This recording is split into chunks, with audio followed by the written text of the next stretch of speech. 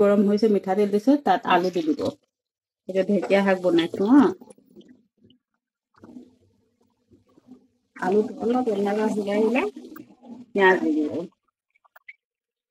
পিঁয়াজ এটা কাটিছো ডাঙৰ চাই আৰু কেঁচা জলকীয়া। ইয়াত মছলা দিছো জিৰা আৰু জলকীয়া, আদা, নহৰু।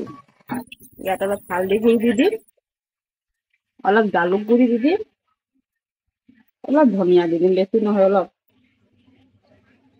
তাৰপাছত ভজা পাছত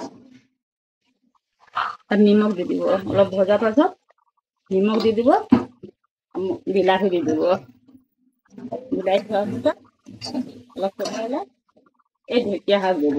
এনেকুৱা বনাই খাই চাব, ইমানে ভাল লাগে। ঢেকীয়া দিব।